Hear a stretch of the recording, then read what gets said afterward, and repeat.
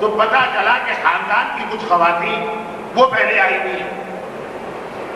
اب آج کل تو ہمارے کوئی مسئلہ ہی نہیں ہے مکس گیدرنگ، محرم نامحرم سب کو ایک جگہ بٹھا دو. اپنی شادی اور برتھ ڈے کی پارٹیوں کو چھوڑو، جو کام امام کے نام پہ ہوتے ہیں اس کے اندر بھی شریعت کا کوئی خیال نہیں. جیسے بڑی مشکل سے کراچی میں ہم نے یہ چیز ختم کرائی، ہم نے سے مطلب میں نہیں، کراچی کے علماء، لیکن اب دوبارہ یہ شروع ہو گئے کہ بھئی آپ شادی کے اندر مکس گیدرنگ کر رہے ہیں وہ بھی حرام ہے، لیکن چلے وہ آپ کی اپنی تقدیر. بچے کی سالگرہ میں مکس گیدرنگ عورت مرد ساتھ بٹھا رہے ہیں وہ بھی حرام، لیکن چلے وہ آپ کے گھر کی تقدیر. جو لفظ مکس گیدرنگ میں کہہ رہا ہوں اس کا مطلب اجنبی لوگ نہیں، دیور اور بھابش دونوں آ کے کھڑے ہیں بچے کی سالگرہ میں، پورے حجاب کے ساتھ ہو تو الگ بات، لیکن دیور سے کون حجاب کرتا؟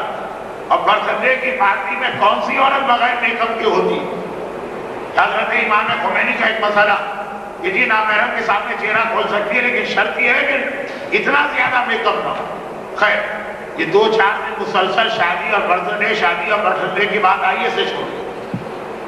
22 رجب کی ہمارے یہاں نیاز ہوتی، اس کے اندر بھی محرم و نامحرم ایک ساتھ دسترخوان پہ بیٹھے.